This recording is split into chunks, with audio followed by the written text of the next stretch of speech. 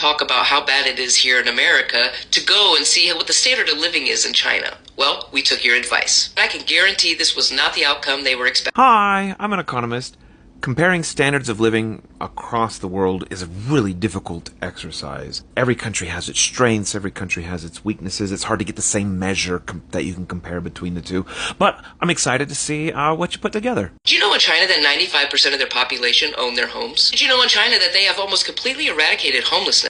Yeah, this is a good thing in the Chinese economy. I'm glad we agree on the first one. I do think it's important to note, especially in the past couple years, that the Chinese real estate market is in trouble, and a lot of the middle class has been losing a lot of wealth because of it. Over here, housing is the #1 problem in the American economy. Our problem is that we've made the wanted construction illegal and have underfunded Section 8 relative to the need. And then meanwhile in China, they've got like the opposite problem. Their economy is too dependent on housing. They have overbuilt and now have been destroying perfectly good buildings to kind of correct it. Did you know in China that law school is under $800 a year? The average lawyer in China makes the equivalent of around $66,000 a year, according to this source. The same source shows that in America, lawyer wages are around triple that. America has like more lawyers than any other country, and they get paid pretty well. In my opinion, they can pay the full cost of their tuition. I'm not sure the American government needs to subsidize it so that we have more. American lawyers are doing all right.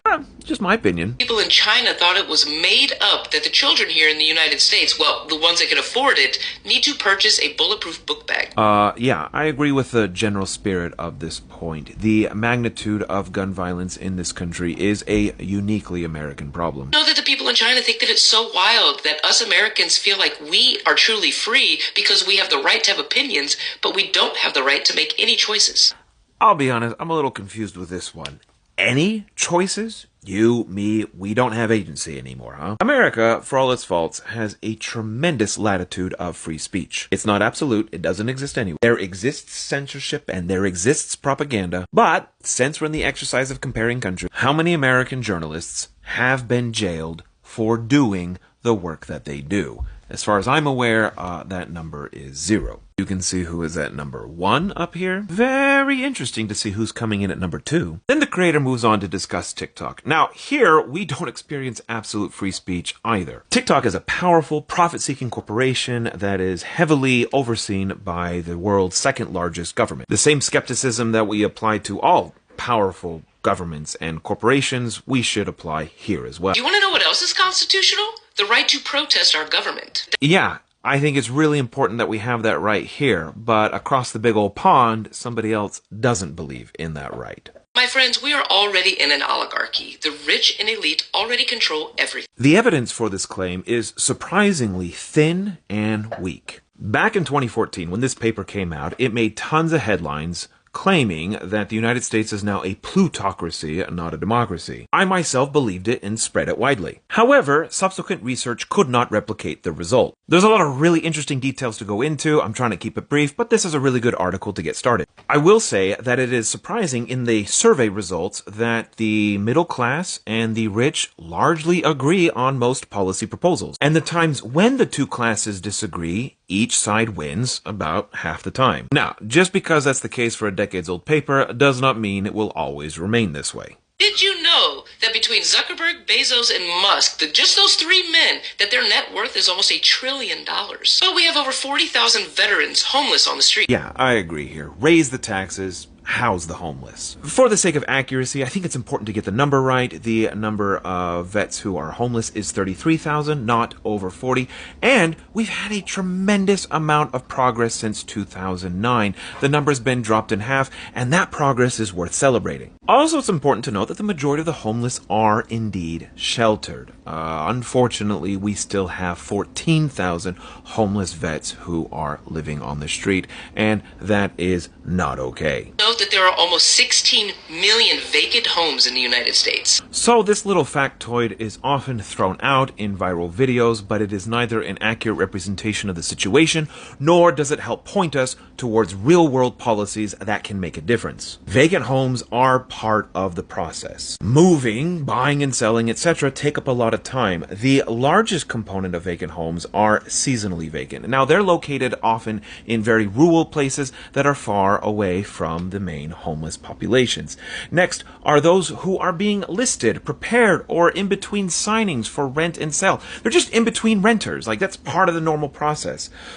Here in the dark orange, we have those who are temporarily occupied. So people are sleeping in them. They're not like vacant in the sense we think about it. This would be things like Airbnbs or whatnot. Next, we have personal and family reasons. So grandma passed away, but we haven't quite figured out what to do yet with the property.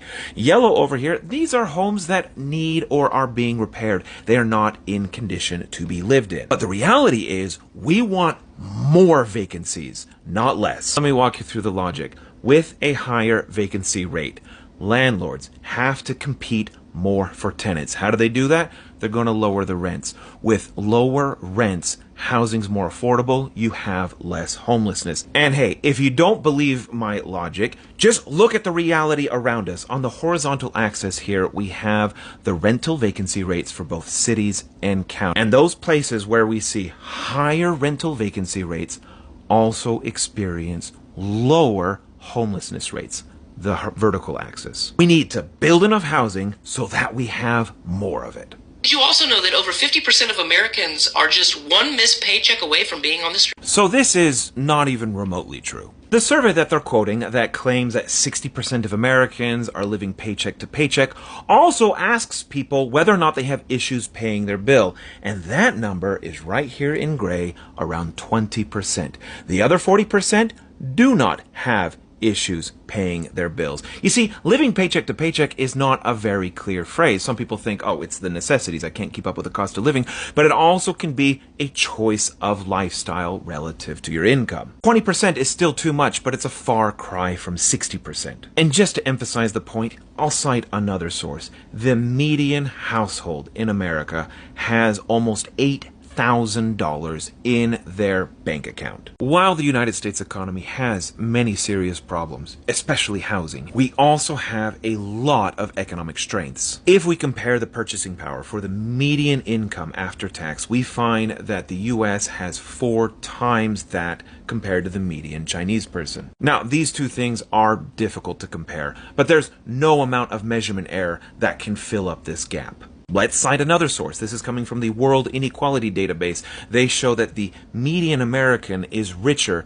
than 90% of China. And then I'll cite China's own statistics that show nearly 1 billion people are living on less than $3,200 per year. Now, China has made a tremendous amount of progress over the past 40 years. But on an individual level, they're still a long ways from catching up. Yet, I'm optimistic.